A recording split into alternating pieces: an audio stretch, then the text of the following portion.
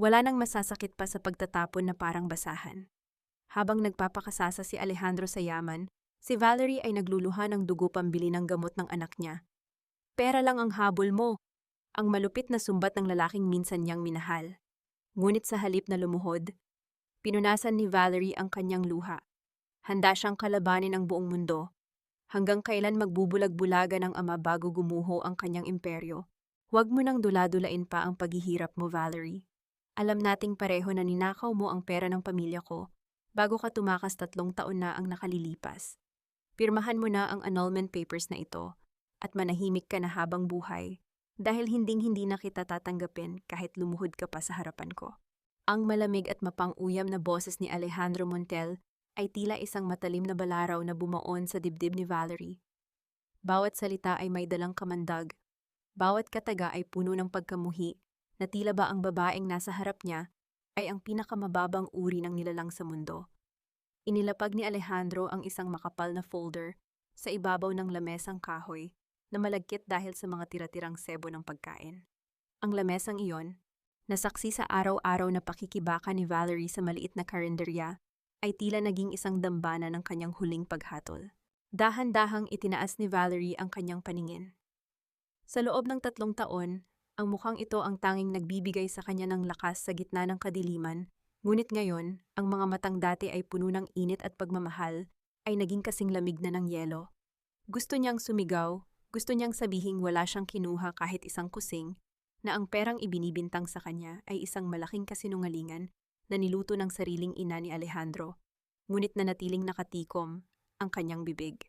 Ang kanyang lalamunan ay tila binabalot ng mga tinik, at ang bawat pagtatangkang magsalita ay nagdudulot lamang ng hapdi. Sa mga sandaling iyon, ang kanyang nanginginig na kamay ay marahang nakahawak sa isang maliit na mangkok ng lugaw na bagong luto. Iyon ang huling pagkain na inilaan niya para sa kanyang anak bago ito umatake ng hika. Ang singaw ng mainit na lugaw ay humahalo sa amoy ng mamahaling pabango ni Alejandro, isang masangsang na paalala ng malawak na agwat ng kanilang mundo. Ang telang suot ni Alejandro ay mula sa pinakamahal na seda sa ibang bansa, habang ang duster ni Valerie ay kupas na, puno ng mantsa ng toyo at luha at may mga tagpi na sumisimbolo sa kanyang unti-unting pagkakapunit bilang isang tao. Ramdam ni Valerie ang paghina ng kanyang tuhod. Ang nanginginig niyang daliri ay naramdaman ang bigat ng bolpen na inabot ni Alejandro. Ang kanyang puso ay tila isang basong kristal na nahulog sa semento, nadudurog sa libu-libong maliliit na piraso, na bawat isa ay humihiwa sa kanyang katinuan. Nanlalabo ang kanyang paningin habang tinititigan ang mga papeles. Ang titulong Annulment of Marriage ay tila isang hatol ng kamatayan sa lahat ng kanyang mga pangarap. Sa bawat segundong lumilipas, ang katahimikan sa loob ng karinderya ay nagiging kasing bigat ng isang bundok. Tanging ang tunog ng ceiling fan na tila hirap na hirap umikot ang naririnig. Ano pang hinihintay mo? Bakit hindi mo papirmahan? O baka naman nag-iisip ka kung paano ka pa makakahutot ng higit sa perang nakuha mo na? Muling humalakhak si Alejandro, isang tunog na walang bahid ng saya, kundi purong pangungutya. Humakbang siya palapit. Ang kanyang anino ay tuluyang lumamon sa maliit na bulto ni Valerie. You're pathetic, Valerie. Akala ko ba matapang ka? Akala ko ba ayaw mo sa yaman ng mga Montiel? Pero heto ka, nagtatago sa isang liblib na bayan pagkatapos mong nakawan ang pamilyang tumulong sa'yo. Mariing ipinikit ni Valerie ang kanyang mga mata. Ang sakit ay hindi na lamang nasa kanyang isipan. Ito ay naging pisikal na hapdi na nanunuot sa kanyang mga kalamnan. Ang kanyang mga kamay na puno ng kalyo mula sa pagkakayod ay lalong naging manhid. Gusto niyang itanong kung hindi ba nito napapansin ang kanyang kalagayan. Kung talagang dala niya ang milyong-milyong sinasabi nito, bakit siya nakatira sa isang bahay na tila gigibain na ng hangin? Bakit ang kanyang anak ay kailangang magtiis sa usok at init? Pero alam niyang sarado na ang puso ni Alejandro. Ang lalaking mahal niya ay naging isang estranghero na may bitbit na puot. Bago pa man maidikit ni Valerie ang dulo ng ballpen sa papel, isang mahina at gumaralgal na tunog ang nagmula sa madilim na kwarto sa likuran. Isang tunog ng paghinga na tila may nakabara. Isang pagsisikap na makakuha ng kahit katiting na hangin. Ang mga mata ni Valerie ay biglang namulat. Ang takot ay agad na pumalit sa pighati. Iyon ang hudyat na kinatatakutan niya gabi-gabi. Mama! Isang maliit at paos na boses ang sumunod, kasabay ng tunog ng isang maliit na katawan na bumabangon mula sa papag. Napatigil ang mundo ni Alejandro. Ang kanyang matikas na tayo ay tila nanigas nang marinig ang tinig na iyon. Hindi niya inaasahan na may ibang tao sa loob ng karinderiya, lalo na ang boses ng isang bata. Marahan niyang ibinaling ang kanyang ulo patungo sa pinagmumulan ng tunog. Bago pa man makakilos si Valerie para humarang, ang kurtinang nagsisilbing pinto ay dahan-dahang nahawi. Doon ay lumitaw ang isang batang lalaki, namumutla ang labi at pilit na humahawak sa hamba ng pinto. Ang kanyang maliit na dibdib ay mabilis na umaangat at bumababa. Bawat hininga ay isang pakikipaglaban. Ngunit hindi ang sakit ng bata ang nagpatigil sa pagtibok ng puso ni Alejandro, kundi ang mga mata nito. Ang mga mata ng bata ay kasing talim, kasing itim, at kasing lalim ng mga mata ni Alejandro Montiel, isang eksaktong kopya na hindi maikakaila ng anumang dokumento o kasinungalingan. Nagkatitigan ng dalawa, ang makapangyarihang CEO na puno ng puot at ang munting batang naghihingalo sa sakit. Sa gitna ng alikabok at init ng karinderya, ang lihim na pilit itinago ni Valerie sa loob ng 3 taon ay nalantad sa isang iglap, habang ang hangin ay tila tuluyang naglaho sa paligid nila. Paano mo haharapin ang isang katotohanang noon mo pa dapat nalaman kung ang puso mo ay nabulag na ng galit at mga kasinungalingan? Anak ko ba siya? Ang tanong ni Alejandro ay tila isang dagundong ng kulog na nagpayanig sa buong pagkatao ni Valerie. Ang kanyang boses, na kanina lang ay puno ng pangungutya, ngayon ay nanginginig sa pagitan ng gulat at hindi maipaliwanag na galit. Humakbang siya palapit, hindi inaalintana ang dumi sa sahig o ang amoy ng luma at basang kahoy. Ang kanyang mga mata ay nakapako sa bata, kay Leo, na tila ba sinusubukang basahin ang bawat guhit sa mukha nito. Wala kang anak dito, Alejandro. Umalis ka na. Pakiusap, umalis ka na. Ang boses ni Valerie ay isang pagsusumamo na may halong desperasyon. Mabilis siyang kumilos para harangan ang paningin ni Alejandro, niyakap niya si Leo, at idiniin ang ulo ng bata sa kanyang dibdib. Naramdaman niya ang mabilis na tibok ng puso ng anak, at ang hirap na paghinga nito na lalong lumalala dahil sa tensyong bumabalot sa paligid. Ngunit hindi natinag si Alejandro. Isang mapait na tawa ang kumawala sa kanyang mga labi, isang tawang puno ng puot at panunumbat. Huwag mo akong makuha-kuha sa drama mo, Valerie. 3 taon. 3 taon mong itinago ang isang Montiel sa ganitong klaseng basurahan? Akala ko ba ayaw mo sa pera namin? Pero bakit mo ginagamit ang anak ko para maging alas mo sa hinaharap? Hindi siya alas, anak ko siya. Ako ang nagluwal sa kanya, ako ang nagpuyat sa mga gabing hindi siya makahinga, habang ikaw ay nagpapakasasa sa yaman mo sa kabilang panig ng mundo. Ang sigaw ni Valerie ay naging isang hikbi. Ang kanyang mga luha ay pumatak sa buhok ni Leo.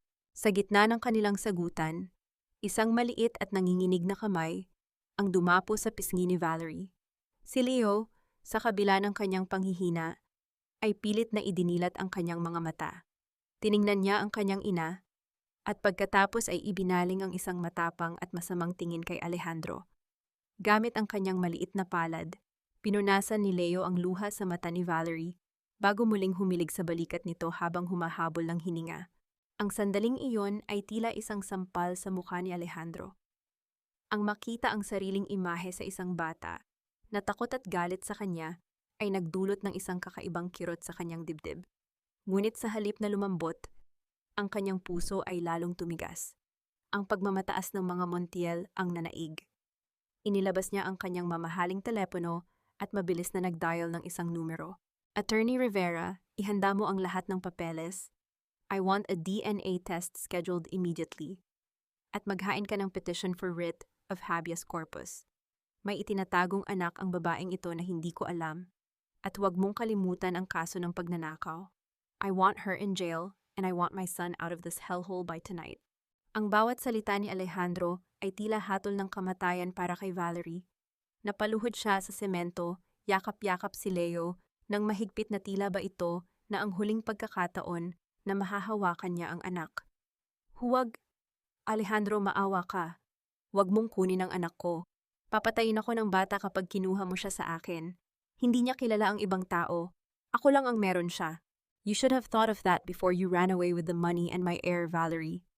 Malamig na tugon ni Alejandro habang nakatayo sa ibabaw niya, tila isang hukom na walang awa. Habang nagmamakaawa si Valerie, ang kanyang kamay ay lihim na dumulas sa ilalim ng papag. Kinakapa ang isang maliit na lata ng biskwit na kalawangin na. Iyon ang tanging bagay na pilit niyang itinatago mula nang magsimula ang kanilang paghaharap. Isang lihim na nakapaloob sa latang iyon ang maaaring magpabago sa lahat, ngunit ang takot na baka lalong lumala ang sitwasyon ang pumipigil sa kanya. Hindi nagtagal, ang katahimikan ng liblib na bayan ay nabasag ng tunog ng mabibigat na gulong na dumadaan sa lubak-lubak na kalsada. Isang itim na SUV na tila isang malaking halimaw sa gitna ng karalitaan ang huminto sa tapat ng karinderya. Bumaba ang dalawang lalaking nakasuit, ang kanilang mga mukha ay walang emosyon habang papalapit sa pintuan. "Sir Alejandro, handa na po ang sasakyan," wika ng isa sa mga lalaki.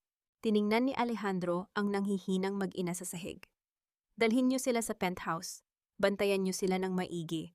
Walang lalabas, walang tatawag sa labas hanggat hindi natatapos ang DNA test at hindi napipirmahan ang lahat ng kailangang papeles." Sa pilitang binuhat ng mga tauhan ni Alejandro si Valerie at si Leo. Walang nagawa si Valerie kundi ang umiyak ng tahimik habang isinasakay sila sa loob ng malamig at madilim na sasakyan. Ang tunog ng pagsara ng pinto ng SUV ay tila ang huling bagsak ng rehas ng isang kulungan. Habang umaandar ang sasakyan palayo sa karinderya, tanging ang huling sinabi ni Alejandro ang umaaling-angaw sa isip ni Valerie. "Welcome back to my life, Valerie. Pero huwag mong iisiping babalik tayo sa dati. Ngayon, pag-aari na kita. Hanggat hindi ko nakukuha ang lahat ng gusto ko. Huwag mong ituring na bisita ka rito, Valerie. Narito ka dahil kailangan kong masigurado na hindi mo na naman itatakas ang anak ko habang hindi pa lumalabas ang resulta ng DNA." Ang tinig ni Alejandro ay umalingaw-ngaw sa malawak pa malamig na penthouse, kung saan ang bawat kagamitan ay tila sumisigaw ng karangyaan. Ngunit para kay Valerie, ang bawat makintab na sahig na marmol, ang malalaking bintanang salamin, ay tila mga pader ng isang gintong hawla. Inilapag niya si Leo sa malambot na sofa, ngunit ang bata ay mas lalong kumapit sa kanyang kupas na duster, tila natatakot sa sobrang liwanag valuho ng paligid. Lumingon si Alejandro, napatigil nang makita ang anyo ni Valerie sa ilalim ng mga dambuhalang chandelier. Ngayon lamang niya napansin kung gaano ito kapayat. Ang mga pisngi nito ay malalim ang pagkakahubog, ang mga buto sa kanyang balikat ay tila anumang oras ay lilitaw sa nipis ng balat. Kung talagang tinangay nito ang 5 milyong piso 3 taon na ang nakalipas, bakit mukha itong taong hindi kumain ng sapat sa loob ng maraming buwan? "May pagkain na sa kusina. Nagpadala ang nanay ko ng chef para ipagluto kayo," wika ni Alejandro, pilit na itinatago ang pag-aalinlangan sa kanyang boses. "Hindi namin kailangan ng pagkain nyo," malamig na tugon ni Valerie. Dahan-dahan niyang binuksan ang kanyang maliit lumang bag. Inilabas ang ilang barya na pinaghirapan niya sa karinderya, isang maliit na supot ng bigas. "Sanay kami sa kaunting lugaw. Hindi kami sanay sa pagkaing galing sa kamay na gustong sumira sa amin." Isang matalim na titig ang ibinato ni Alejandro.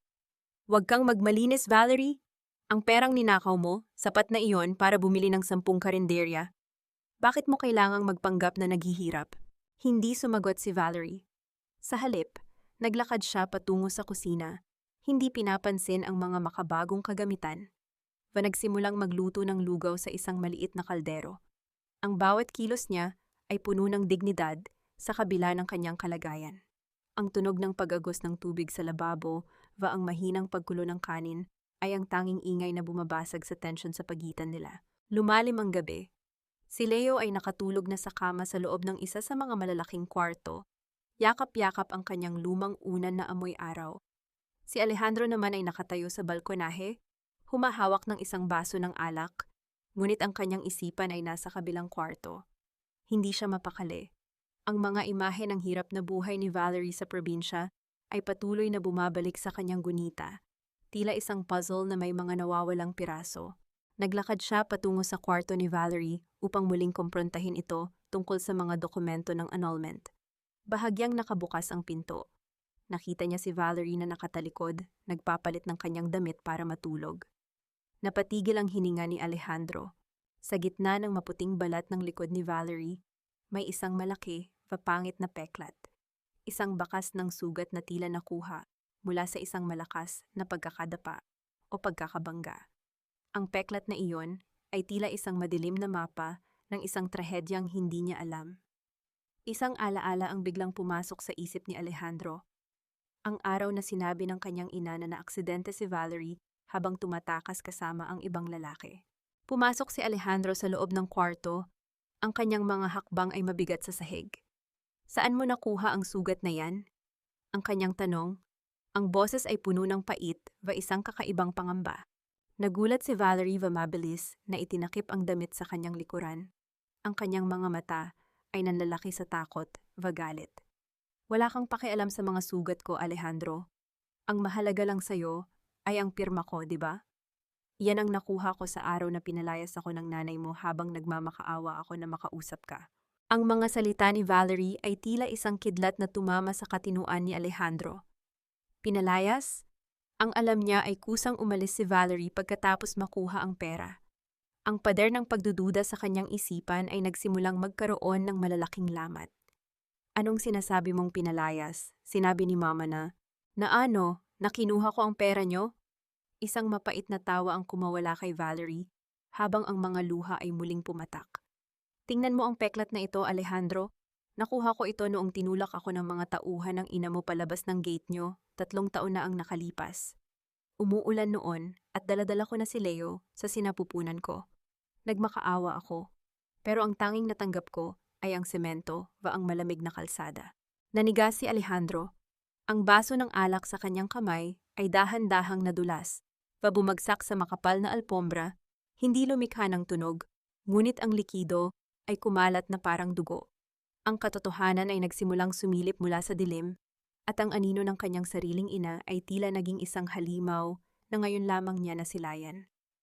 Sino ang nagsasabi ng totoo? Ang ina niyang nagbigay sa kanya ng lahat? O ang babaeng sinira niya ang buhay dahil sa maling akala? Huwag mong hahayaang mamatay ang anak ko, Alejandro. Pakiusap, iligtas mo siya. Ang bawat paghinga ni Leo ay tila huni ng kalawang na bakal na kumikiskis sa kanyang lalamunan. Sa gitna ng kadiliman ng mamahaling penthouse, ang katahimikan ay bumasag sa isang nakakangilong tunog ng pakikipaglaban para sa hangin. Hawak-hawak ni Valerie ang maliit na asul na inhaler. Paulit-ulit niyang pinindot ito sa bibig ng anak, ngunit tanging tuyot na hangin ang lumabas. Ubus na ang gamot. Ang tanging sandata niya para protektahan ang buhay ni Leo ay wala ng silbi. Mabilis na bumukas ang pinto ng kwarto at pumasok si Alejandro.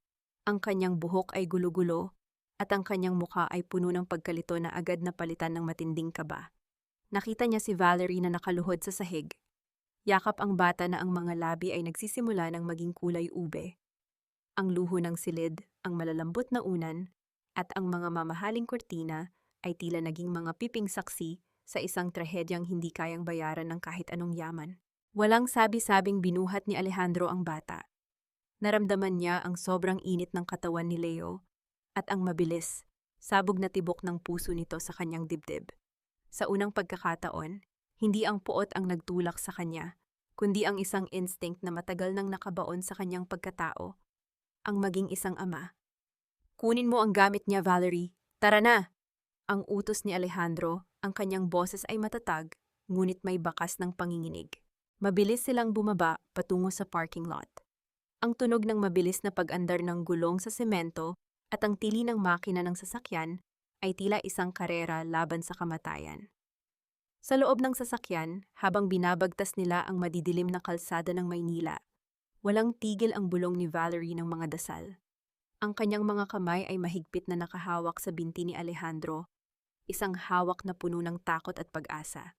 Nararamdaman ni Alejandro ang bawat panginginig ni Valerie, ang bawat patak ng luha nito na tumatagos sa kanyang pantalon, at ang bawat hikbi na tila humahati sa kanyang sariling puso. Pagdating sa emergency room, ang paligid ay naging isang malabong imahe ng mga puting ilaw, amoy ng gamot, at ang mabilis na pagkilos ng mga nurse. Inagaw ng mga mediko si Leo mula sa mga bisig ni Alejandro. Ang huling nakita ni Valerie ay ang maliliit na kamay ni Leo na tila pilit na inaabot ang hangin bago tuluyang isara ang pinto ng ICU. Naiwan ang dalawa sa malamig na hallway. Naupo si Valerie sa isang plastic na upuan. Ang kanyang buong katawan ay tila nawalan ng buto. Ang lamig ng aircon ng ospital ay nanunuot sa kanyang manipis na damit. Sa gitna ng kanyang panginginig, naramdaman niya ang isang bigat sa kanyang mga balikat. Ipinatong ni Alejandro ang kanyang sariling jacket sa kanya. Ang init ng tela at ang pamilyar na amoy ni Alejandro ay tila isang pansamantalang kanlungan sa gitna ng bagyo. Hindi tumingin si Valerie, ngunit hindi rin niya tinabig ang jacket. Sa sandaling iyon, ang kanilang mga pader ay pansamantalang gumuho dahil sa isang batang nag-uugnay sa kanilang dugo. Lumipas ang ilang oras bago lumabas ang doktor. Ang kanyang mukha ay pagod ngunit may bahid ng kapanatagan. Ligtas na ang bata pero masyadong mahina ang kanyang katawan. Kailangan natin ng blood transfusion dahil sa komplikasyon ng kanyang hika at matinding anemia. Gamitin niyo ang dugo ko, agad na voluntaryo ni Alejandro. Ang kanyang boses ay puno ng determinasyon. Ano man ang kailangan niya, ibigay niyo. Tumango ang doktor at tiningnan ang chart ni Leo. Base sa medical record na binigay sa amin kanina mula sa inyong family records, ang blood type niyo ay dapat tugma. Pero napatigil ang doktor at kumunot ang noo habang tinititigan ang isang lumang dokumento na ipinadala ni Doña Carmen sa ospital. May maling detalye rito sa birth record ni Alejandro na nasa file namin. Ang nakasaad na blood type rito ay hindi tugma sa sinasabi mong records mo ngayon. Nanigas si Alejandro. Ang medical records na hawak niya ay ang mga dokumentong ibinigay ng kanyang ina sa loob ng maraming taon. Bakit magkakaroon ng pagkakamali sa isang bagay na kasing importante ng blood type? Isang madilim na hinala ang nagsimulang gumapang sa kanyang isipan. Habang naglalakad siya patungo sa laboratorio para sa pagsusuri, ang mga salita ni Valerie tungkol sa kanyang ina ay muling umalingaw-ngaw. Bakit tila bawat dokumentong hawak niya na nanggaling kay Doña Carmen ay nagsisimulang magkaroon ng lamat? Ano pa bang mga kasinungalingan ang nakabalot sa kanyang buhay na tanging ang dugo ng kanyang anak ang makakapaghayag? Ang bawat patak ng dugo mula sa braso ni Alejandro patungo sa swero ay tila naging ritmo ng kanyang naguguluhang isipan.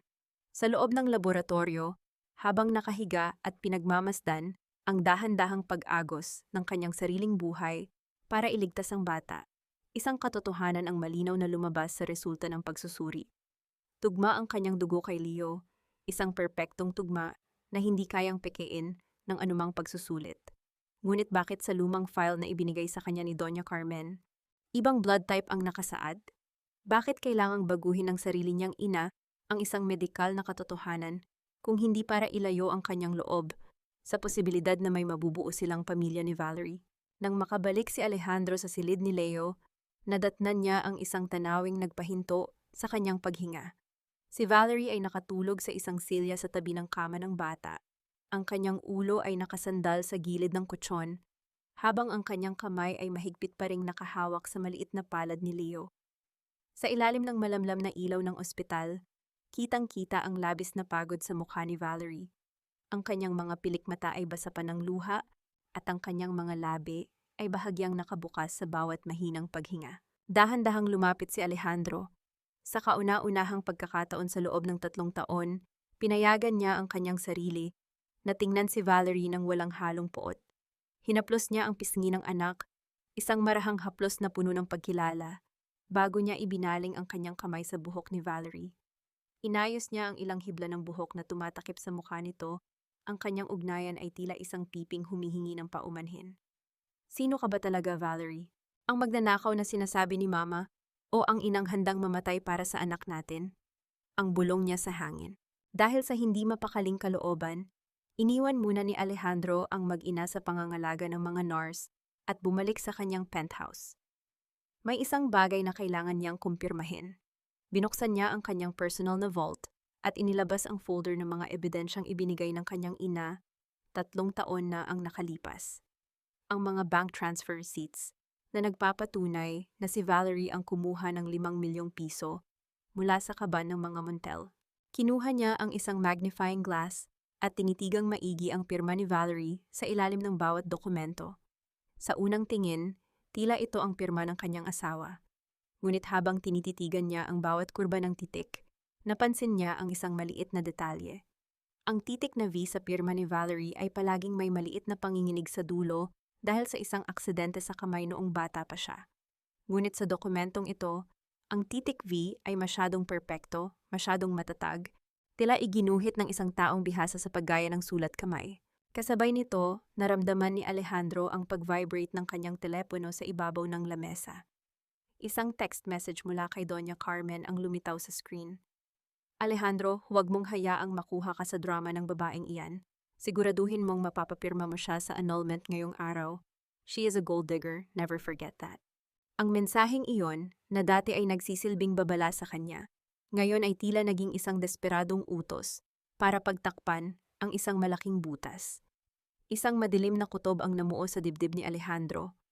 Mabilis niyang hinalungkat ang kanyang mga contact at hinanap ang numero ni Attorney Malvar, ang dating abogado ng pamilya na humawak sa kanilang annulment case bago ito biglang nag-resign at nawala sa bansa.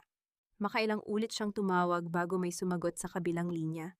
Ngunit hindi ang boses ng abogado ang kanyang narinig, kundi ang boses ng isang babaeng tila takot na takot at humihikbi. "Hello, sino ito?" Ang tanong ni Alejandro. Ang kanyang boses ay naging seryoso. "Sino ka? Bakit mo tinatawagan ang asawa ko?" Ang sagot ng babae. Ang boses ay nanginginig sa kaba. "Kung isa ka sa mga tauhan ni Doña Carmen, pakiusap. Iwan niyo na kami. Nakuha niyo na ang lahat sa amin. Matagal nang nagtatago ang asawa ko sa probinsya dahil sa pananakot ng nanay mo." Nanigas ang buong katawan ni Alejandro. Ang boses ng babae ay tila isang pako na bumaon sa kanyang huling katinuan. "Hindi ako tauhan ng nanay ko. Ako si Alejandro Montiel. Anong ibig mong sabihin na nagtatago ang asawa mo dahil sa nanay ko?" Naging tahimik sa kabilang linya. Isang katahimikang mas nakakabingi kaysa sa anumang sigaw. "Alejandro?" Ang bulong ng babae, na tila hindi makapaniwala. "Wala ka bang kaalam-alam? Ang asawa ko, pinilit siyang pekein ang mga dokumento laban sa asawa mo. At nang tangkain niyang sabihin sa'yo ang totoo, pinagbantaan ng nanay mo ang buhay ng mga anak namin." Ang bawat tunog ng takong ng mamahaling sapatos ni Doña Carmen sa makintab na sahig ng penthouse ay tila mga patak ng asido na sumisira sa katahimikan ng silid. Dumating siya ng walang pasabi, bitbit ang amoy ng mamahaling rosas at ang aura ng isang reynang handang manira ng buhay upang mapanatili ang kanyang korona. Hindi siya tumingin sa paligid, kundi diretso ang kanyang mga mata kay Valerie, na noon ay kapiling ang natutulog na si Leo sa sofa. "Hanggang kailan mo balak maging linta sa buhay ng anak ko, Valerie?" Ang boses ni Doña Carmen ay matalas, puno ng pagkamuhi na hindi na kinakailangang isigaw para maramdaman ang talim. "Hindi ka pa ba sapat na binayaran noon para lumayo? O sadyang kasing kapal ng semento ang mukha mo kaya bumalik ka pa gamit ang batang iyan?" Dahan-dahang tumayo si Valerie, ang kanyang pagod na katawan ay tila nakakuha ng bagong lakas mula sa matinding galit na namumuo sa kanyang dibdib. "Binayaran? Alam nating dalawa ang katotohanan, Doña Carmen. Wala kayong ibinigay sa akin kundi sakit at pananakot. At huwag niyo nang balaking idamay ang anak ko sa mga kasinungalingan niyo." Isang mapait na tawa ang kumawala sa matanda habang dahan-dahan itong lumalapit. Ang kanyang gintong baston ay tumutunog sa bawat hakbang. "Kahit kailan amoy isda ka pa rin, Valerie. Kahit balutin ka pa ni Alejandro ng ginto, hindi mo mababago ang katotohanang galing ka sa putik. Pera lang naman ang katapat ng mga taong katulad mo, di ba? Magkano? Magkano ang kailangan mo para iwan mo ang apo ko at mawala ka na sa paningin namin habang buhay? Hindi mabibili ng pera ang pagiging ina, Doña Carmen." Ang mariing sagot ni Valerie, ang kanyang boses ay nanginginig, ngunit puno ng paninindigan. "Ang apo mong ito ay bunga ng dugo at pawis ko. Siya ang buhay ko at hinding-hindi ko siya ipagpapalit sa kahit anong halaga na kaya niyong ilabas mula sa maruming bulsa niyo." Nanlisik ang mga mata ng matanda. "Ang lakas ng loob mong sumagot ng ganyan sa akin. Nakakalimutan mo na ba kung nasaan ang tatay mo? Isang kumpas lang ng kamay ko, Valerie, ay mabubulok ang ama mo sa bilangguan sa kasong hindi niya ginawa. Gusto mo bang mangyari iyon? Gusto mo bang lumaki si Leo na alam na ang kanyang lolo ay isang kriminal dahil sa katigasan ng ulo ng kanyang ina?" Ang pananakot na iyon ay tila isang malamig na tubig na ibinuhos kay Valerie. Ang kanyang mukha ay nawalan ng kulay at ang kanyang mga kamay ay nagsimulang manginig. Sa sandaling iyon, ang maliit na si Leo ay nagising dahil sa ingay. Sa kabila ng kanyang panghihina, dahan-dahang bumaba ang bata mula sa sofa at tumayo sa harap ng kanyang ina. Hinarap niya ang matandang babae na may dalang baston. "Huwag mong saktan si Mama." Ang sigaw ni Leo, ang kanyang maliit na boses, ay puno ng tapang. Ginamit niya ang kanyang maliit na kamay para itulak ang dulo ng baston ni Doña Carmen nang akma itong itataas ng matanda upang takutin si Valerie. Nagulat si Doña Carmen sa ginawa ng bata. Isang saglit na katahimikan ang namayani kung saan ang tanging naririnig ay ang mabilis na paghinga ni Valerie at ang mahinang tunog ng aircon. Lumapit si Doña Carmen kay Valerie, inilapit ang kanyang mukha sa tainga nito at bumulong ng isang banta na tila galing sa ilalim ng lupa. Tandaan mo ito, Valerie. Ang buhay ng ama mo ay nasa mga kamay ko. At kung hindi ka aalis dito kasama ang batang iyan, sisiguraduhin kong wala nang matitira sa pamilya mo. Bago pa man makasagot si Valerie, ang pinto ng penthouse ay bumukas ng marahas. Doon, sa may pintuan, nakatayo si Alejandro. Ang kanyang mukha ay kasing dilim ng gabi at ang kanyang mga kamao ay nakakuyom ng mahigpit. Nakita niya ang takot sa mga mata ni Valerie, ang tapang sa mukha ng kanyang anak, at ang mapait na ngiti sa labi ng kanyang sariling ina. Naririnig niya ang huling bahagi ng sinabi ni Doña Carmen tungkol sa paggawa ng kwento at pananakot 3 taon na ang nakalipas. Ang bawat piraso ng puzzle na kanyang kinolekta ay tila nabuo na sa isang iglap. Ang tunog ng kanyang paghinga ay naging isang babala ng paparating na bagyo, at ang pagkakabagsak ng hawak niyang baso ng tubig sa sahig ay tila hudyat ng pagtatapos ng kapangyarihan ni Doña Carmen sa kanyang buhay. Tama na ma, tama na ang mga kasinungalingan niyo.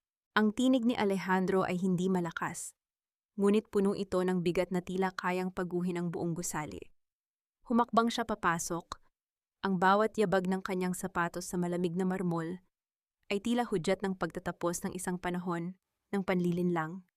Tinitigan niya ang kanyang ina, ang babaeng itinuring niyang huwara ng dangal, ngunit ngayon ay nakikita niya bilang arkitekto ng kanyang sariling impyerno.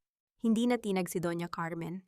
Itinuwid niya ang kanyang tayo, ang kanyang mga mata ay nananatiling matigas. Ginawa ko lang ang nararapat, Alejandro. Ginawa ko iyon para sa'yo, para sa kinabukasan ng ating kumpanya. Hindi nararapat ang babaeng iyan sa ating pamilya. Tingnan mo siya. Pilit kanyang hinihila pababa sa putik.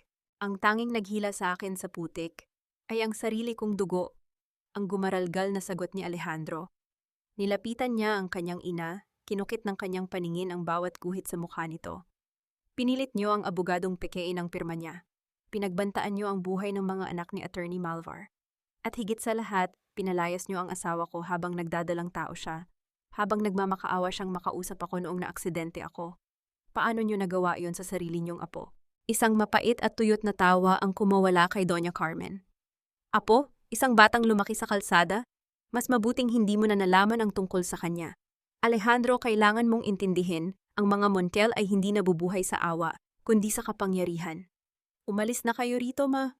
Malamig at pinalang utos ni Alejandro. Umalis kayo bago ko malimutan na nanay ko kayo. Mula sa araw na ito, huwag na kayong magtatangkang lumapit sa pamilya ko. Nang makaalis si Doña Carmen, ang katahimikan sa loob ng penthouse ay naging kasing pait ng lason. Nanatiling nakatayo si Valerie sa gitna ng silid. Ang kanyang anyo ay tila isang estatwang bato na hindi na tinatabla ng anumang bagyo. Dahan-dahan siyang naglakad patungo sa kanyang lumang bag at inilabas ang isang maliit na bagay na nakabalot sa lumang tela. Ibinigay niya ito kay Alejandro, isang lumang telepono na may basag na screen, ang modelong sikat pa noong 3 taon na ang nakalipas. Basahin mo, ang tanging wika ni Valerie, ang kanyang boses ay walang emosyon, tila ubos na ang lahat ng luha sa kanyang katawan. Binuksan ni Alejandro ang telepono. Ang bawat mensahe sa folder ng unsent messages at outbox ay tila mga bala na tumatama sa kanyang puso. Alejandro, gising ka na ba? Sabi ng nurse mo hindi ako pwedeng pumasok. Pakiusap, kausapin mo ako. Alejandro, kailangan ni Leo ng gamot. Wala akong pera. Pakiusap, kahit para sa bata lang. Tulungan mo kami, Alejandro. Mamamatay ang anak natin. Nasaan ka na? Habang binabasa ni Alejandro ang mga mensaheng ito, ang kanyang paningin ay nanlabo dahil sa luhang hindi na niya mapigilan. Ang bawat salita ni Valerie ay isang pagsisigaw sa dilim na hindi niya kailanman narinig dahil pinili niyang makinig sa mga kasinungalingan. Nalaman din niya ang tungkol sa pananakot sa kanyang biyenan, kung paano ginamit ng kanyang ina ang kapangyarihan para ipakulong ang isang inosenteng tao para lamang mapatunayan ang kanyang punto. Ang matikas na CEO ay unti-unting gumuho. Napaluhod si Alejandro sa harap ni Valerie.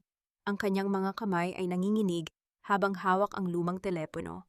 Ang tunog ng kanyang pagsisisi ay hindi isang sigaw, kundi isang mahabang panaghoy ng isang lalaking napagtantong siya ang mismong pumatay sa kaligayahan ng mga taong pinakamahal niya. Valerie, patawarin mo ako. Wala akong alam. Patawarin mo ako.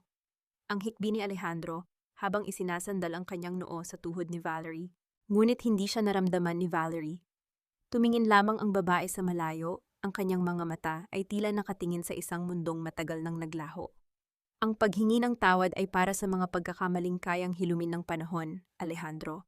Pero ang 3 taon ng gutom, ng takot, at ng panaghoy ng anak nating hindi makahinga, hindi sapat ang salitang patawad para doon. Malamig niyang tiningnan ang lalaking nakaluhod sa kanyang paanan. Huli na ang lahat, Alejandro. Patay na ang Valerie na nagmahal sa'yo. Ang natira na lang dito ay ang inang gagawin ng lahat para ilayo ang anak niya sa mga Montiel. Ito na ang hinihingi mo mula pa nung unang araw na nagpakita ka sa karinderya. Kunin mo na at pakawalan mo na kami. Ang boses ni Valerie ay kasing lamig ng simoy ng hangin sa madaling araw, walang bahid ng pag-aalinlangan. Inilapag niya sa ibabaw ng lamesang kristal. Ang mga dokumento ng annulment na kanina lamang ay ayaw niyang hawakan. Ngunit ngayon, malinaw at mariin ang kanyang pirma sa bawat pahina. Ang bawat kurba ng kanyang pluma ay tila isang huling paalam sa lahat ng sakit na idinulot ng apelidong Montiel. Nanginginig ang mga kamay ni Alejandro habang inaabot ang mga papel. Ang bawat pahina ay tila naging kasing bigat ng isang dambuhalang bato na dumadagan sa kanyang dibdib. Tumingin siya kay Valerie, naghahanap ng kahit katiting na emotion, kahit isang kislap ng galit o pait. Ngunit wala siyang nakita kundi isang pader ng yelo. Isang pader na siya mismo ang nagtayo sa loob ng 3 taon ng kanyang kawalan ng tiwala. Valerie, pakiusap. Hayaan mo akong bumawi. Ngayong alam ko na ang totoo, hinding-hindi ko na hahayaang may manakit sa inyo ulit. Ako ang magpapakulong sa lahat ng sangkot, kahit ang sarili kong ina. Ang pagsusumamo ni Alejandro, ang kanyang boses ay pause at basag dahil sa walang tigil na pag-iyak. Bakit ngayon lang, Alejandro?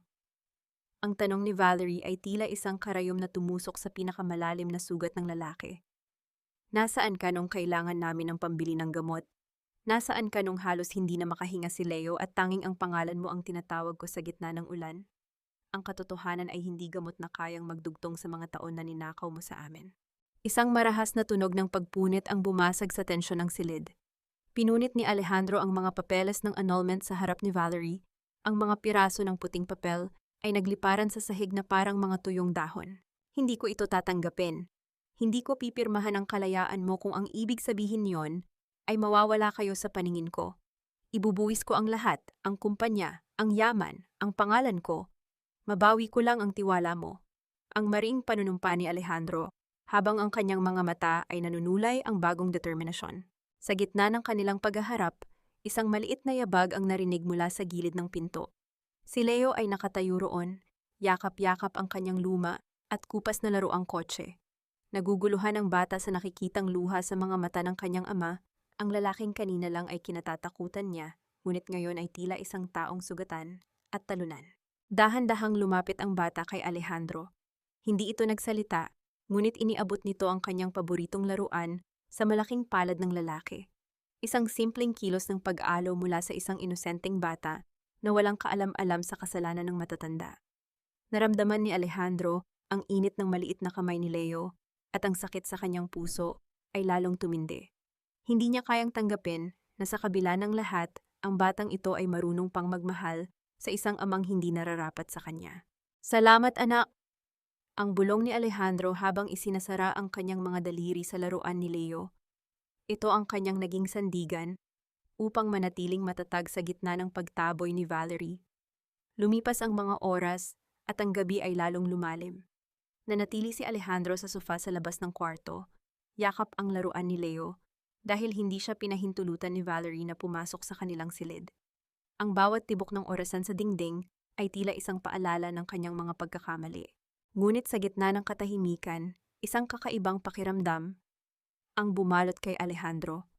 May napansin siyang mga anino sa ibaba ng gusali, mga itim na sasakyang hindi pamilyar, na tila kanina pa umaaligid sa paligid ng penthouse.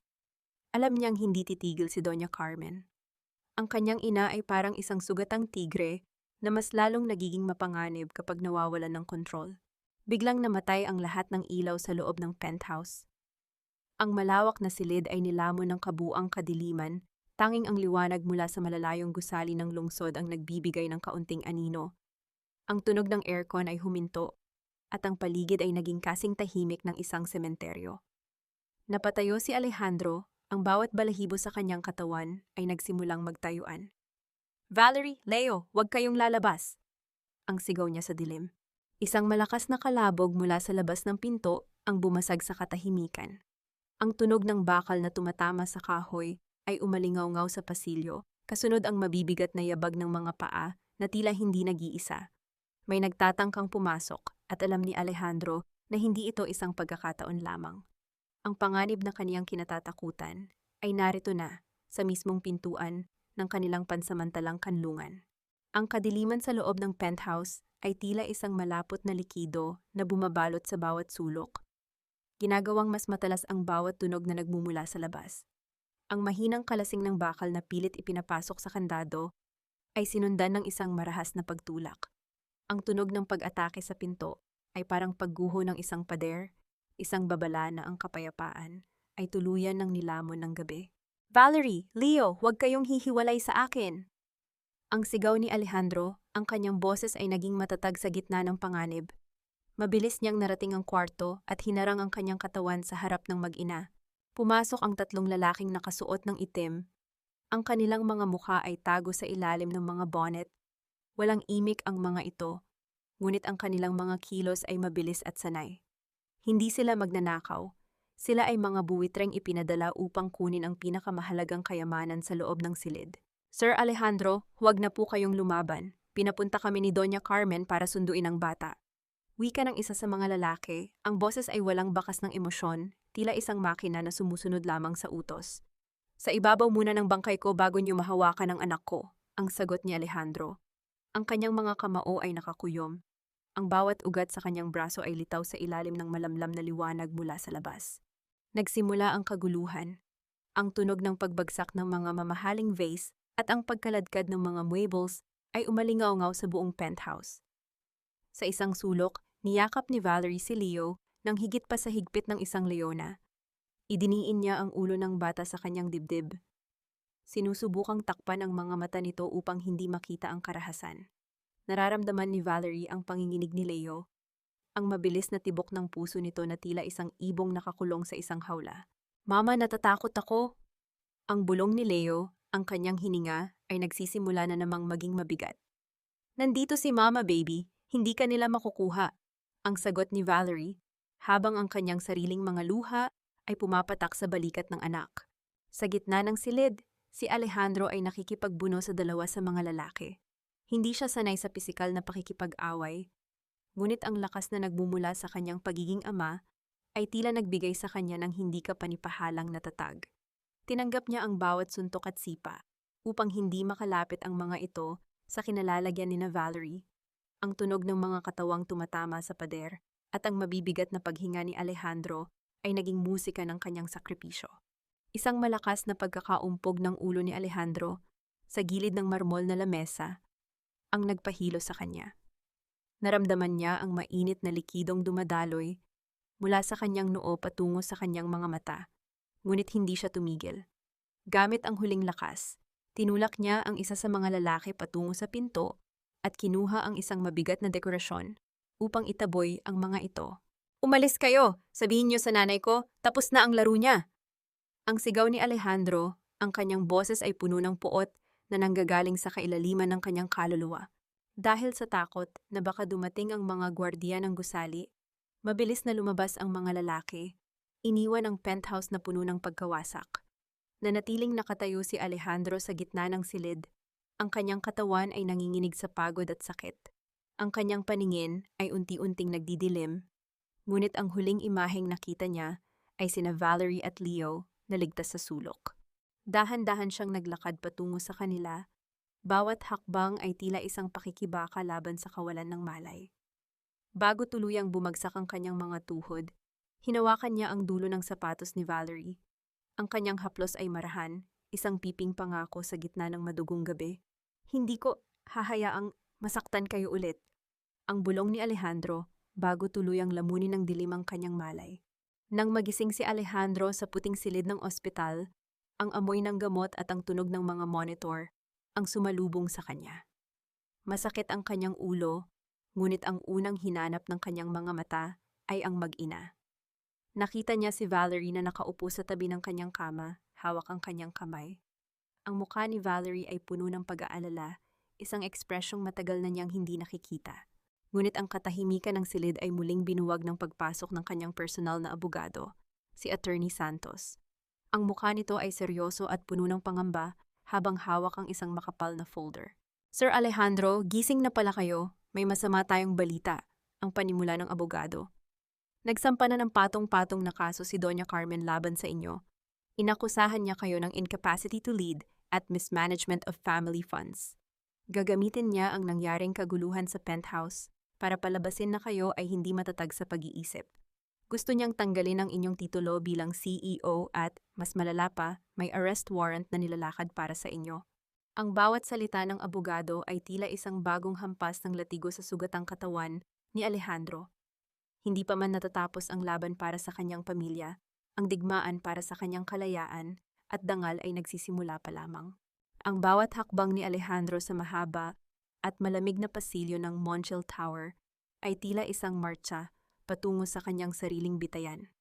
May benda pa ang kanyang ulo at ramdam niya ang hapdi ng mga sugat sa kanyang katawan. Ngunit ang sakit na nararamdaman niya sa loob ay mas matindi pa sa anumang pisikal na pinsala.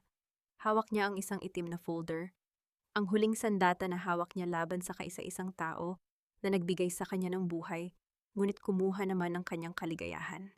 Bumukas ang dambuhalang pinto ng boardroom. Doon, sa dulo ng mahabang lamesang gawa sa mahogany, nakaupo si Doña Carmen.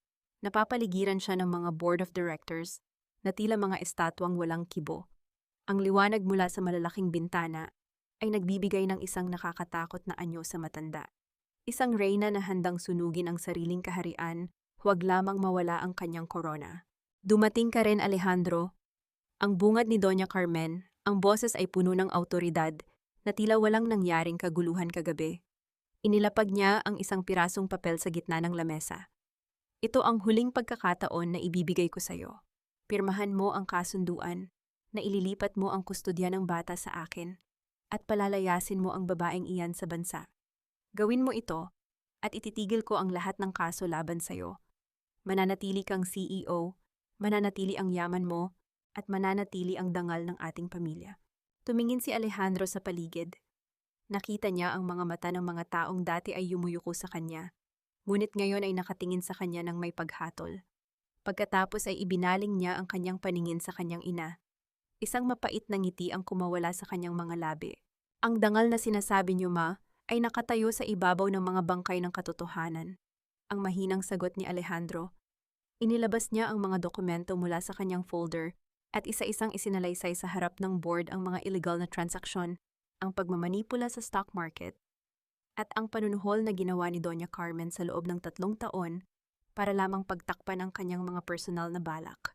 Nagkaroon ng bulungan sa loob ng silid. Ang mukha ni Doña Carmen ay uent-unting nagbago mula sa pagiging kampante patungo sa isang matinding puot. Ano sa tingin mo ang ginagawa mo, Alejandro? Sinisira mo ang kumpanya natin. Hindi, Ma. Nililinis ko lang ang dumi na iniwan nyo, tugon ni Alejandro. Humakbang siya palapit sa dulo ng lamesa at isa-isang inilapag ang kanyang mga gamit, ang kanyang gintong badge, ang mga susi ng kanyang mamahaling sasakyan, at ang kanyang corporate ID.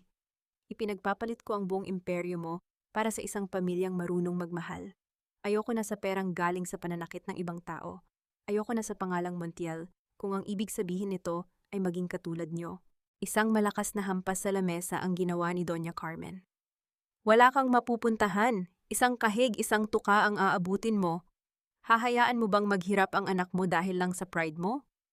Ang anak ko ay mas magiging masaya sa isang maliit na bahay na puno ng pag-ibig kaysa sa palasyong ito na puno ng lason. Ang pinal na sagot ni Alejandro. Tinalikuran niya ang lahat.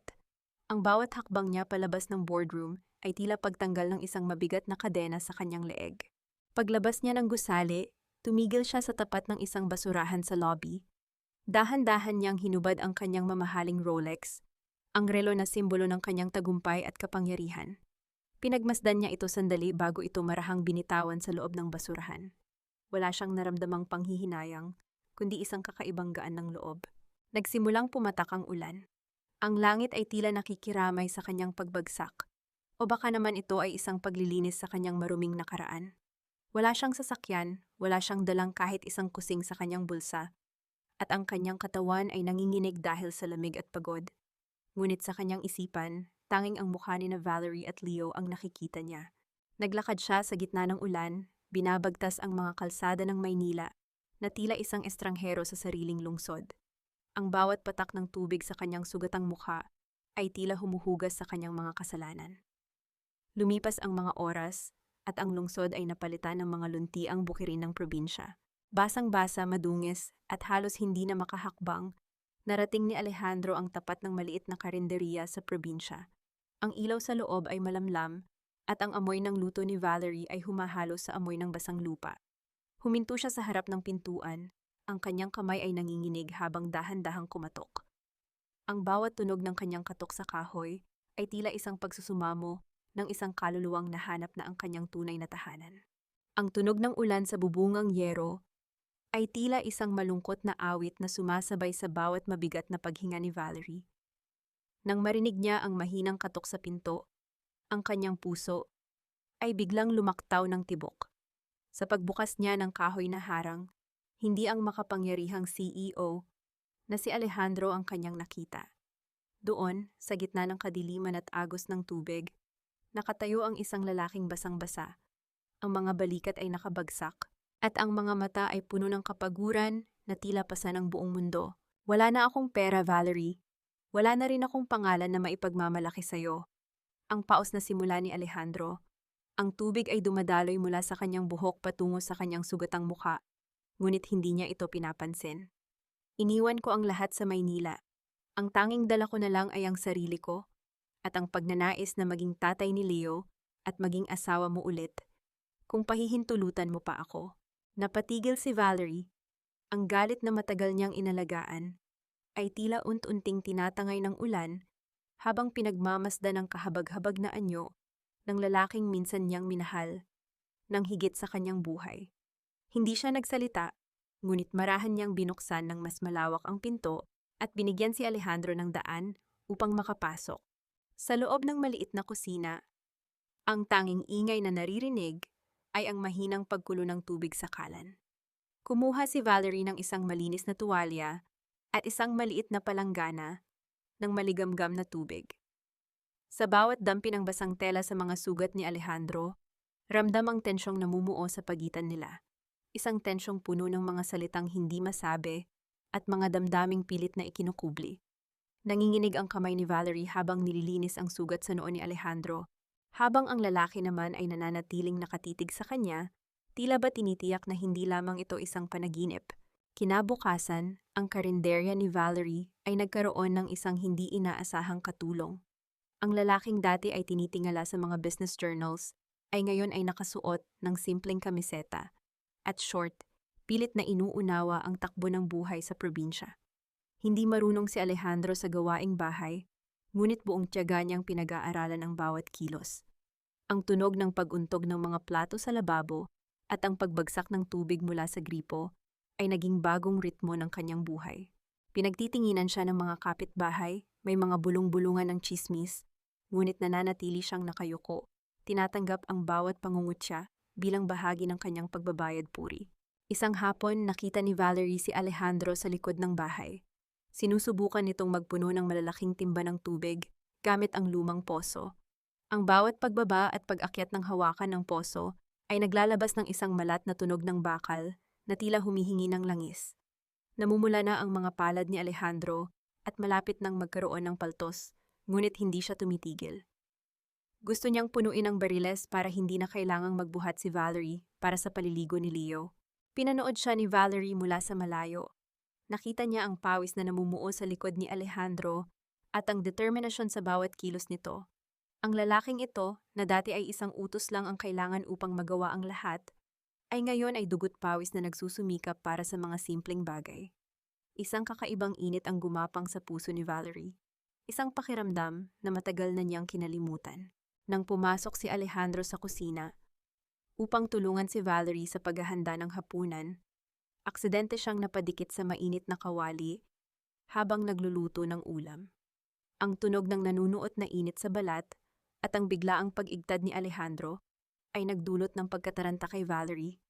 "Alejandro, saan ka napaso?" Ang sigaw ni Valerie, ang kanyang boses ay puno ng tunay na pag-aalala. Dahil sa sobrang kaba at hindi mapigil na instinct ng pagmamahal, hindi na nakapag-isip si Valerie. Mabilis siyang lumapit at yumakap ng mahigpit mula sa likuran ni Alejandro. Tila ba sinusubukang protektahan ito mula sa anumang sakit.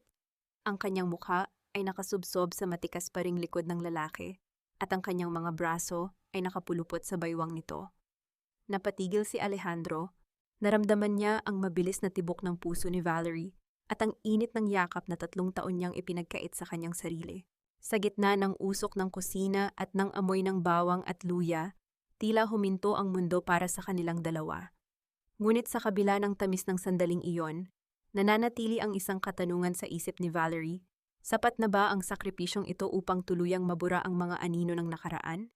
Ang bawat liwanag ng umaga na tumatagos sa siwang ng bintana ay tila nagdadala ng bagong uri ng pagkailang sa loob ng maliit na bahay. Matapos ang yakap na naganap sa kusina kagabi, ang hangin sa pagitan ni Alejandro at Valerie ay naging kasing pino ng asukal. Matamis ngunit madaling maglaho sa isang maling galaw. Sa tuwing nagkakasalubong ang kanilang mga tingin habang nag-aagahan, mabilis na ibabaling ni Valerie ang kanyang paningin sa kanyang kape, habang si Alejandro naman ay tila laging may gustong sabihin na nananatiling nakabara sa kanyang lalamunan. Ang katahimikang ito ay binasag ng masayang boses ni Leo. "Mama, Papa, punta po tayo sa perya. May mga ilaw po doon at malaking gulong na umiikot." Ang pakiusap ng bata ay tila isang utos na hindi kayang tanggihan. Sa mga mata ni Leo, wala ang bigat ng nakaraan. Tanging ang kislap ng pananabik para sa makukulay na ilaw ng plaza ang naroon. Nang gabing iyon, sa ilalim ng kalangitang puno ng bituin, naglakad ang 3 patungo sa kabayanan. Suot ni Alejandro ang kanyang unang sweldo mula sa pagbubuhat ng mga kaban ng bigas sa palengke. Ang bawat barya sa kanyang bulsa ay tila mas mabigat at mas mahalaga kaysa sa milyong-milyong nasa kanyang bank account noon. Ito ang perang pinaghirapan ng kanyang sariling mga kamay. Ang perang walang bahid ng panlilinlang. Sa gitna ng ingay ng mga tao at ang masayang tugtugan mula sa mga lumang speaker ng perya, ibinili ni Alejandro si Leo ng isang malaking cotton candy na kulay rosas at isang asul na lobo. Tiningnan niya si Valerie at inabutan din ito ng isang maliit na supot ng mainit na kastanyas. Ang tunog ng pagputok ng mga balat ng kastanyas at ang usok na lumalabas mula rito ay tila nagpapainit din sa nanlalamig na ugnayan ng dalawa. "Salamat," ang mahinang wika ni Valerie. Sa ilalim ng makukulay na ilaw ng Ferris wheel, nakita ni Alejandro ang isang bagay na 3 taon na niyang ipinagdarasal na masilayan muli.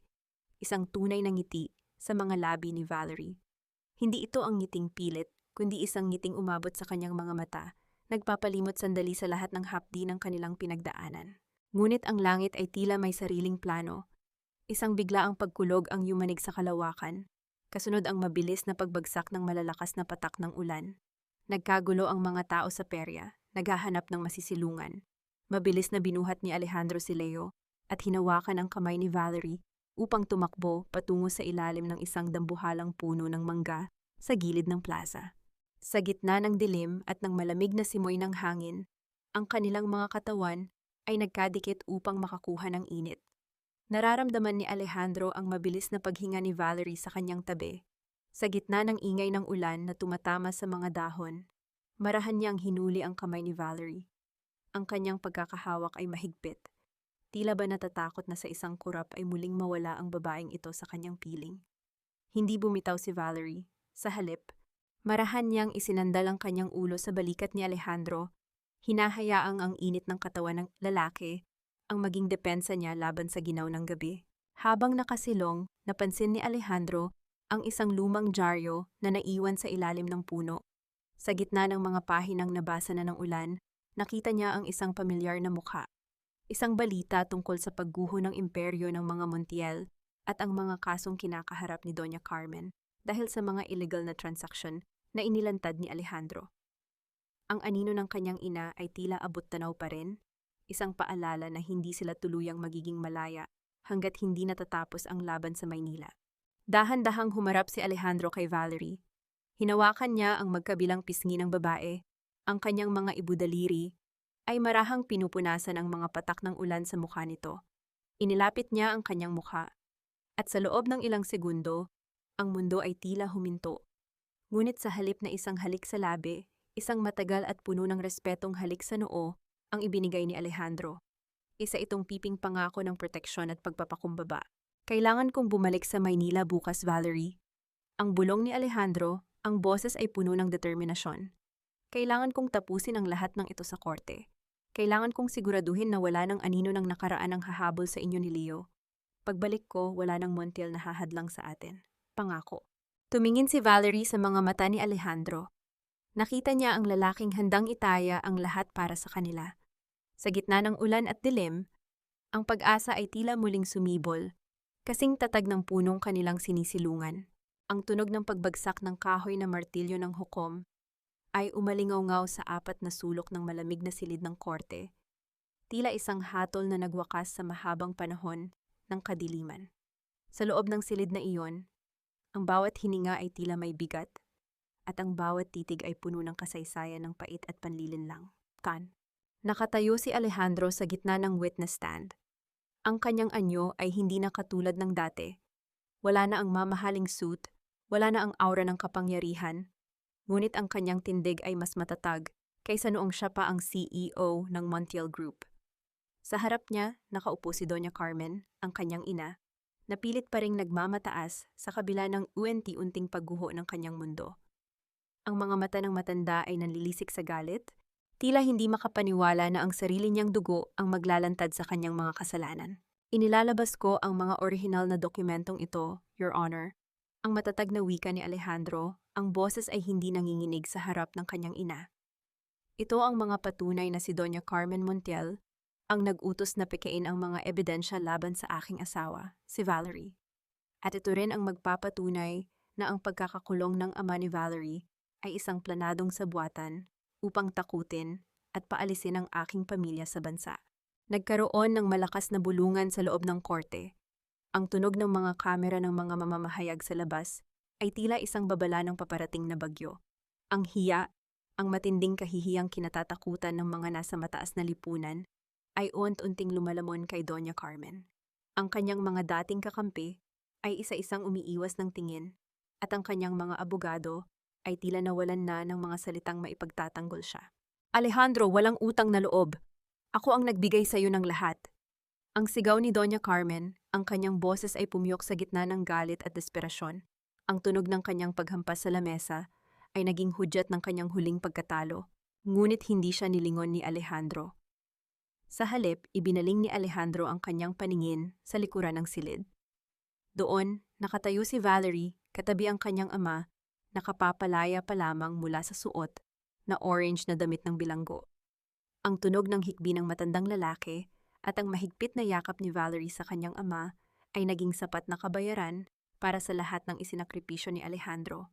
Nang ilabas ang hatol, ang katarungan ay tila isang sariwang hangin na pumasok sa silid. Ang ama ni Valerie ay ganap na napawalang sala, habang si Doña Carmen ay nahaharap sa patong-patong na kaso ng falsification of documents at coercion. Paglabas ng korte, sinalubong sila ng liwanag ng araw at ang ingay ng mga reporter na nagtatanong. Tiningnan ni Doña Carmen si Alejandro sa huling pagkakataon bago siya isakay sa sasakyan ng mga awtoridad. Umaasang lalapitan siya ng kanyang anak. Ngunit tinalikuran siya ni Alejandro. Binuhat ni Alejandro si Leo na kanina pa naghihintay sa labas at inakay si Valerie at ang kanyang ama patungo sa isang bagong bukas. Sa gitna ng kalsada, isang lalaking nakabarong ang lumapit sa kanila. Siya si Mr. Bautista, isang dating investor at matalik na kaibigan ni Alejandro na tumalikod din sa kumpanya noon dahil sa pandaraya ni Doña Carmen. Alejandro, ang tawag nito, nabalitaan ko ang lahat. Ang katapangang ginawa mo ay hindi kayang bayaran ng kahit anong yaman. May maliit akong kumpanya sa manufacturing at kailangan ko ng isang taong may integridad na tulad mo para mamahala. Hindi ito kasing laki ng Montiel Tower, pero ito ay malinis at tapat. Napatigil si Alejandro. Tumingin siya kay Valerie, naghahanap ng pahintulot sa mga mata nito. Ngumiti si Valerie, isang ngiting puno ng pag-asa at pagmamalaki. Ang alok ng bagong simula ay naroon na, hindi dahil sa kanyang apelido, kundi dahil sa taong pinili niyang maging. Ngunit bago pa man makasagot si Alejandro, isang pamilyar na itim na sobre ang iniabot ng isang hindi kilalang lalaki sa kanya bago ito mabilis na nawala sa karamihan. Ang sulat sa loob ay tila isang huling bulong mula sa nakaraan na ayaw pang bumitaw. Hindi mo kailangang maging isang Montiel para mahalin kita, Alejandro. Sapat na sa akin ang lalaking nakatayo sa harap ko ngayon. Ang mga salitang iyon ni Valerie ay tila isang haplos ng anghel sa sugatang kaluluwa ni Alejandro. Narito sila ngayon, balik sa lalawigan kung saan nagsimula ang kanilang muling pagtatagpo. Ang hangin ay malinis, amoy ng mga bagong sibol na palay, at dama de noche na bumubuka sa dilim. Ang ingay ng lungsod ay napalitan na ng ritmo ng mga kuliglig sa kagubatan, isang tunog na nagbibigay ng kapayapaang hindi kayang bayaran ng kahit anong yaman. Sa bakuran ng kanilang inuupahang maliit na bahay, naghanda si Alejandro ng isang simpleng sorpresa. Walang mga dambuhalang catering, walang mamahaling dekorasyon. Ang tanging liwanag ay nagmumula sa mga lumang garapon ng bagoong na nilinis niya at nilagyan ng maliliit na kandila sa loob. Ang pagkutitap ng mga munting apoy sa loob ng garapon ay tila mga bituing bumaba sa lupa upang masaksihan ang isang mahalagang sandali. Pauwi na si Valerie mula sa palengke, bitbit ang mga supot ng pagkain para sa kanilang hapunan. Nang marating niya ang tapat ng kanilang bahay, napatigil ang kanyang mga hakbang. Ang tunog ng marahang pagbagsak ng kanyang mga tsinelas sa damuhan ay tila sumasabay sa pintig ng kanyang puso. Nakita niya si Alejandro na nakatayo sa gitna ng mga ilaw, suot ang isang simpleng puting t-shirt na bahagyang basa ng pawis mula sa maghapong pagtatrabaho sa hardware store. Valerie, ang tawag ni Alejandro, ang boses ay puno ng pagsinta at pagpapakumbaba. Lumapit siya sa babae at kinuha ang mga supot na dala nito. Inilapag ang mga ito sa isang lumang bangko. Ano ito, Alejandro? May okasyon ba? Ang tanong ni Valerie, ang kanyang mga mata ay nagniningning sa ilalim ng liwanag ng mga kandila. Ngayong gabi, gusto kong bawiin ang lahat ng pagkakataong hindi kita nagawang sulyapan ng may paggalang. Gusto kong ibaon sa limot ang lalaking nabulag ng pera at galit. Wika ni Alejandro. Dahan-dahan niyang inabot ang kanyang bulsa at inilabas ang isang maliit na singsing. Hindi ito ginto at wala itong dambuhalang diamante. Ito ay isang simpleng pilak na singsing na binili niya mula sa kanyang unang 3 buwan na sahod bilang manager ng maliit na hardware store ni Mr. Bautista. Ang tunog ng kanyang pagluhod sa damuhan ay tila isang pagsuko ng isang mandirigmang nahanap na ang kanyang huling hantungan.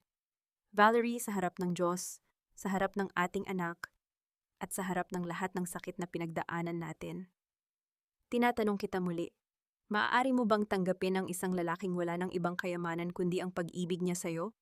Pakakasalan mo ba ako muli, hindi bilang isang Montiel, kundi bilang ang Alejandro na handang mamatay at mabuhay para sa'yo?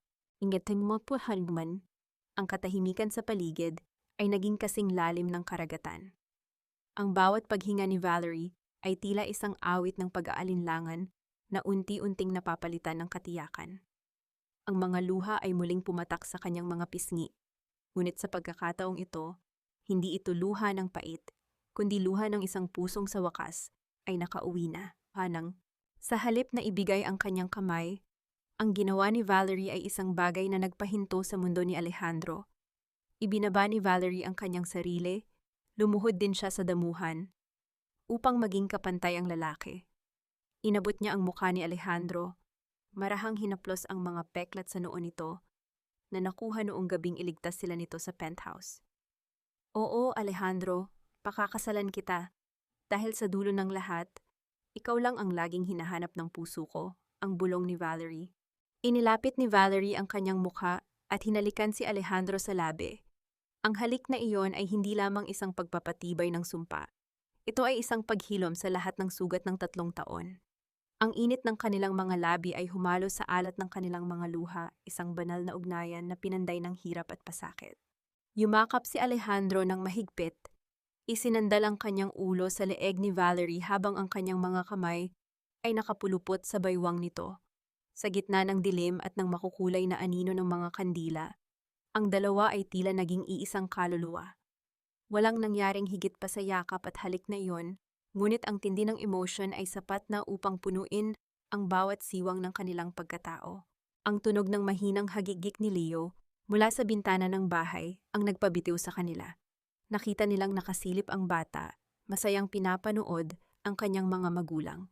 Nagtawanan ang dalawa, isang tunog na matagal nang hindi naririnig sa kanilang tahanan. Nang gabing iyon, habang natutulog sila ng magkatabi, yakap-yakap ang isa't isa sa ilalim ng isang makapal na kumot. Ang liwanag ng buwan ay tumagos sa bintana. Ang katahimikan ay hindi na nakakatakot. Ito ay naging kasing payapa ng isang oyayi. Alam nilang bukas, gigising sila sa isang mundong wala ng kasinungalingan, wala ng takot, at wala ng anino ng nakaraan. 2 taon na ang nakalilipas. Ang umagang ito sa lalawigan ay kasing linaw ng mga pangako ni Alejandro. Sa loob ng malawak na bakuran ng kanilang tahanan, ang tunog ng pagtatakbuhan ni Leo at ng kanyang nakababatang kapatid na babae ay tila musikang nagbibigay ng buhay sa bawat sulok. Si Alejandro, na nakasuot ng simpleng kamiseta at may mantsa ng grasa sa braso mula sa pag-aayos ng makina sa kanilang maliit na hardware store, ay nakaupo sa beranda. Hawak-hawak niya ang isang tasang kape. Ang kanyang paningin ay nakapako sa babaeng naglalakad mula sa kanilang restaurant patungo sa kanya. Si Valerie, na ngayon ay mas maaliwalas ang mukha at may ngiting abot-tenga, ay dahan-dahang lumapit. Ang bawat hakbang niya ay puno ng kaganan, malayo sa pagod na nakita natin noong unang kabanata.